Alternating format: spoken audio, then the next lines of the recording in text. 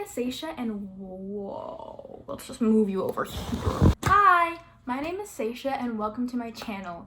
Today I'm going to be doing my January wrap-up. I actually filmed this video before, but I redid my room recently, and because of that, all my stuff was in my mom's room.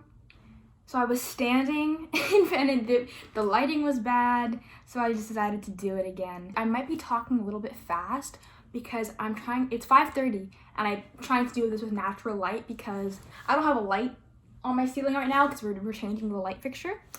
There's no light. I have a lamp, but it's very yellow. So I'm gonna try to go through this quickly. In January, I read 7 books. I'm so proud of myself for that. That's insane. I started off 2021 with a bang. I read a lot of good books. And then on top of those 7 books, I DNF'd 1, and then I had 2 that carried over to February. And I read a decent amount of 2 of those books. So let's start with the book that what if you're doing this? Let's start with the book that I DNF'd and just all of the books that I'm like in the middle of. Because I haven't, it's almost the middle of February and I haven't finished either of those books, but whatever. So the first book that I'm going to talk about is Harry Potter and the Goblet of Fire. I ended up DNFing this book because I was bored. I watched movies 1, 2, 3, and 4 like 8 trillion times. So I already know how they end. But it was fine to read books 1, 2, and 3 because they're so short. But for this one, this is almost 700 pages of a plot I already know. And there's obviously some fun things that are added, but it wasn't enough to keep me engaged. I was so bored. Every time I picked it up, I was like, no. So I decided I'll just DNF it for now. I got to page 157. And it's funny because, like most people, The Goblet of Fire is my favorite movie. But I have a feeling that I'm gonna like the later books more than this one, just because I've seen the movie for this so many times and it's really boring for me. The next book that I didn't DNF, technically I DNF'd this one, is Disappearing Earth by Julia Phillips. This is a mystery about 2 girls who go missing in Russia, Kamchatka, Russia, which is like really rural Russia, I think. This is a copy I got from the library because I got an ebook. I got an audiobook of it on Libby. I'm not a fan of audiobooks, but I think I like a mystery audiobook. This is the only mystery audiobook I've ever listened to, so I can't really 100% confirm that. I was enjoying the experience of the audiobook, but the story itself is kind of boring to me. It's kind of told in vignettes, so each chapter is about different people and a month in the future. So I just really didn't care about any of the characters, which is why I kind of put it on hold. Although now in the present, if I'm cleaning my room or doing something mindless, I will sometimes listen to the audiobook. So I've taken it off my Goodreads, but I am technically still reading it. But I do have 2 Audible credits because I'm insane, and I keep renewing my freaking membership even though I don't listen to audiobooks. So I think I'm gonna get The Silent Patient, and I want to get another thriller, mystery, whatever, because I liked it, but I also don't want to because what if I made that up and I don't actually like it? Anyways, who cares? The next book that I am in the middle of is The Picture of Dorian Gray by Oscar Wilde. I was really enjoying it up until chapter 10. I would put on the soundtrack from the movie. I was living my Dark Academia dream, but then I got to chapter 11. Oh my god, chapter 11 is the worst thing I've ever read in my whole life. It was so boring and it put me off the book. I'm still trying to finish it because I want to read more classics and I'm so far into it. I'm 80% in now. So I kind of read 1 chapter here and there. But yeah, I'm gonna finish it this month. In an ideal world. I'm reading that on Libby, and I know I just was talking badly about it, but I would like to reread it, but with a physical copy so I can actually annotate it. I was highlighting it in Libby, but I think that if I had a real physical annotated copy, I'd like it so much more. So eventually I want to get myself a copy, but I want to get a thrifted copy. Anyways, on to the books that I actually read. I'm gonna go in order from when I read them. This year I've been using the Copile Plus version 2 spreadsheet. spreadsheet. Last year, I would do the call pile with some books, but I'm doing it with all of them. So, the first book I read was Devolution by Max Brooks. Max Brooks wrote World War Z, which I didn't read, and I watched the movie and I didn't like it, but irrelevant. Devolution is a horror novel about Sasquatches. I saw this first on Books and Lala's page because I watched her read, like, when she read all of the Goodreads horror picks. And I gave this book 5 stars. I really liked it. It's not a favorite, like, hey, I have a shelf on Goodreads of favorites. My Goodreads will be linked in the description. And this didn't make it, unfortunately, but I did like it. It was very scary. I had a bad dream about it. And I liked the characters. I find that horror kind of bores me in books, but I was so engaged, I think because it's a shorter novel, and I definitely recommend it. I'm not a horror fan in movies, especially not in books, but I really liked it, and it was a good way to open 2021. Should I give you guys my call pile rating? I'll do that. I gave it a 10 and everything except for enjoyment, which I gave it a 9. Next, I read It Ends With Us by Colleen Hoover. This is my favorite this is my first Colleen Hoover. I did it as a buddy read with my friend on Twitter. I had actually had this on my TBR a while ago, but every time I went to read it, I was like, what if I read something else? So I ended up just taking it off my TBR, but then we ended up buddy reading it, and I'm so happy because, oh my god, that's a favorite book. Gave it 5 stars. Just so good. It's a contemporary novel about a girl named Lily. It's about a girl named Lily who meets this man named Ryle. He's like a mysterious bad boy doctor. And they kind of get into like a little situationship, relationship type vibe. But it also goes back to a previous timeline when she was in high school and she was in love with this homeless boy named Atlas. And it kind of goes in like alternating timelines between the present and the past, and then Atlas comes back, she sees him again in the present, and it's about that. This book is so much more than a romance. I think it has such an important message. I don't want to spoil it because there's something that happens in this book that I don't think is used as like a plot twist, but it's the message of the book, and I feel like you get more out of the book when you know nothing about it going in. So I'm not gonna say it, but I really recommend this book to everybody. It was really engaging. Like, I was flying through it. I was just so excited to read it all the time. And it was really like, I don't know what word to use. But, what am I going to say here? Trigger warnings in this book for sexual assault and domestic violence. And I think suicide as well. If you want to read it, just because I'm recommending it, I want to make sure that I want to give you some trigger warnings if you plan on reading it. But yeah, 5-star book. I think it's so good. I gave it a 10 in everything except atmosphere, which I gave it an 8, and I gave it a 9 in logic. I don't know why. I don't remember why I did that. But the next book I read was The Cruel Prince by Holly Black. I can just take a moment to acknowledge this cover and how beautiful it is because I'm about to poop on this book a little bit. Just kidding.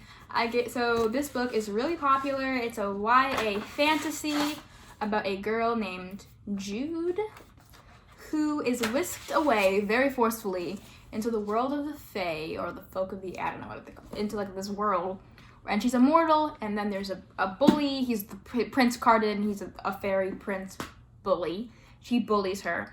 But it's an enemies to lovers romance. Anyway, there's like political intrigue in this book because she's trying to become like more self-sufficient in this world, because in this world, the person that she lives with is a very high-ranking like general or something. So she has protection because of that, but she wants to be more self-sufficient. So it's kind of about her trying to gain her own power. And this book was kind of boring, guys. I didn't love it that much.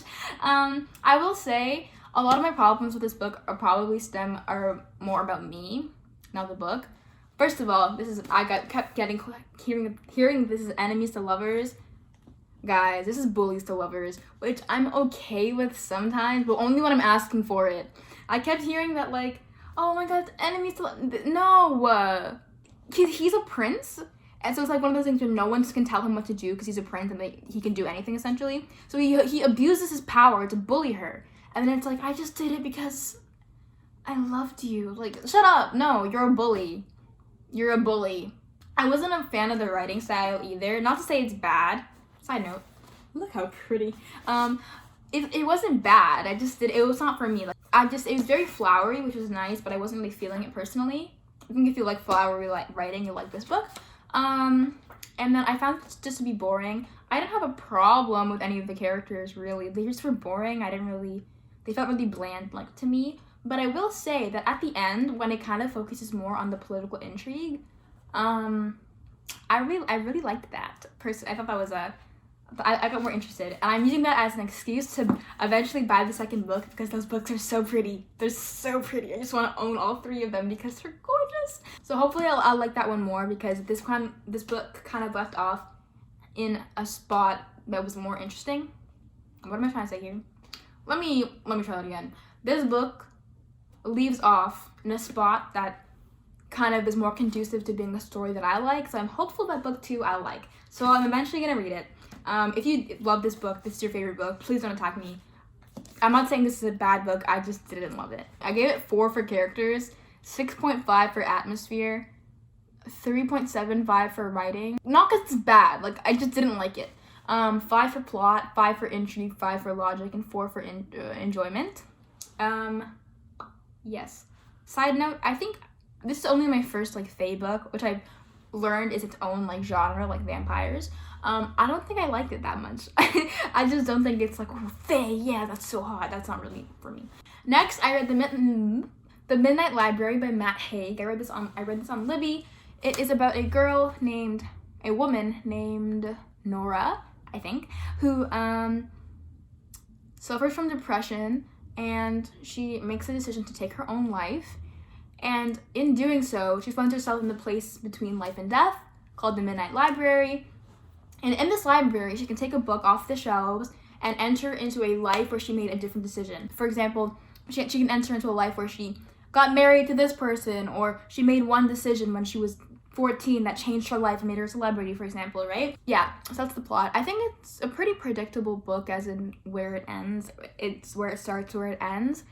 And let me say, I gave this 3 stars, but I recommend that everyone reads this. I think that this is one of those books where if I had read it at a different point in time, I would have liked it more. I just wasn't really in the mood. I don't think I'm going to reread it, but I totally recommend it to everyone. I think everyone can take away a little bit of a message from it. So if you love this book, I totally get it. I didn't. What did I give it for Cawpile? Cawpile, I gave it 5 for characters. I just felt bored by all the characters. 6 for atmosphere, 7 for writing. It's very like simple writing, which I appreciated. 6 for plot, 5 for intrigue, 6 for logic, and 4 for enjoyment. I just didn't like it that much, but despite this, I totally recommend it. Guys, oops, oh, these pants are so ugly. Guys, I'm so excited to tell you about my next read. I'm so excited. It's Legendborn by Tracy Deonn. Oh my god, this book. I'm gonna give you a spoiler. My Cawpile ain't got 10 in every single category. This is my favorite book of all time. Yep. There's no way I read my favorite book of the whole year in January. But as of now, is standing undefeated as the champion of 2020. What's this book about? I don't even know how to explain it. So this is a book about a girl named Bree whose mother dies. I know, it happens in the first chapter, not a spoiler. It's also in the synopsis, I think. Her mother dies and she goes to the school, and it's away from home. And while she's there, she goes to this party where she witnesses something very like magic-y and very mysterious. And she starts to piece 2 and 2 together, like, hey, like, I think this has something to do with my mom's death, because her mom's death was suspicious in a way. And then she meets this boy, and he kind of introduces her into this world, to this secret society. And that's where we get into the main premise of this book, because this book is a retelling, a retelling of the Arthurian legend, which I know nothing about. That wasn't like a selling point for me. But yeah, I don't know how to explain the magic system, because one thing I love about this book is that we kind of experience everything for the first time with Bree. So it's like there's 18 million reveals, but because we're learning it alongside her, I didn't feel like I was being blindsided. So I don't think that I can really explain more about the plot without like spoiling anything, and without spoiling the experience. There were so many plot twists. I'm a chronic book guesser. I need to like give my prediction of how something's gonna end before the book ends, and I literally couldn't predict it. Every time I'm like, oh, this is where this book is going. It went the other way, which I like though. There's like a love triangle with like her, and then like fluffy sunshine boy and brooding mean boy. And the writing, flawless. The light is disappearing. The next book I read, The Sea of Monsters by I always do that, by Rick Riordan. This is a reread. I want to reread the series, so I read book 2. I gave this a 5-star. It's not as good as the first one, but nostalgia.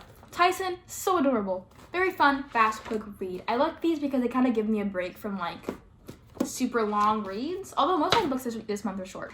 God, my last book of the month, I'm so embarrassed. Especially because, okay, I'll just tell you the book. I read Paper Princess by Erin Watt. Okay, I know I just was talking about how I don't like the bullies to lovers trope in regards to The Cruel Prince, but this is definitely bullies to lovers. So it's about this girl, I don't remember her name, Megan? I don't remember her name, but her mom dies, and all of a sudden this man comes up to her being like, oh, I knew your father before he died, you're coming to live with me essentially now, like I'm your guardian. So she goes to live with him, and he ends up being rich, like super rich, like disgustingly rich, and she was very, very poor before. And he has 5 sons. He has 5 sons, and they're all just mean rich boys. They're so mean, like they're for no reason. Like they're genuinely like they bully her in her home. And then she goes to this private school, and she gets bullied more. I don't know. It's not a good book. I genuinely cannot say that I recommend this book to anybody. It's not. I can't. But I did give it 4 stars. I gave it 3 stars, and I wanted to give it 4 stars, kind of. I just had so much fun reading it. So let me tell you my call pile for it. So I give it 7 for characters, because this is very much like a Wattpad style book. Like, side note, I heard someone call it Wattpad, and that made me really upset. Am I the one in the wrong here? Is it Wattpad or Wattpad? Anyways, it's very much a Wattpad style like type of book. Not to poop on Wattpad books, because there are some really good ones. This is like a bad one. And usually the characters in those are insufferable, but the main girl character, I actually liked her. Like her and her best friend, I liked them a lot. They were very, very likable main characters, which is rare in books like these. It was mainly the boys in this book that I did not like. I give it 4 for atmosphere, because it was literally not a point of it was just not really developed at all in the book. It was just like they're rich and there's rich things happening. I don't know. The writing I gave a 7.75. I liked it. The plot I gave a 4, because there really was no plot, and the idea of it I did not like. So embarrassed. Intrigue I gave 7.5, because I had seen a million times that the ending of this book was like. And I will say the ending of this book was, it's the first book in like a series. Logic, I gave a 3. I gave it a 3 for logic. No one ever made a decision that made sense. Nothing in this book made sense at all. But I will say that because it was not rooted in any sort of reality in terms of a thing that would really happen, it led to so much drama. And I usually don't like drama in books. I don't like it, but I loved it so much. And then my enjoyment, I gave it an 8. So yes, that was how I ended this month, by reading a trashy romance book. I don't recommend it. Don't read it. If you do read it, trigger warning for a million things. Thank you so much for watching my video. The light is gone, so the second half of this video's quality is gonna be so bad. But if you liked this video, feel free to like, subscribe, and or comment. Look how I'm sitting. I'm like hunched over. Bye.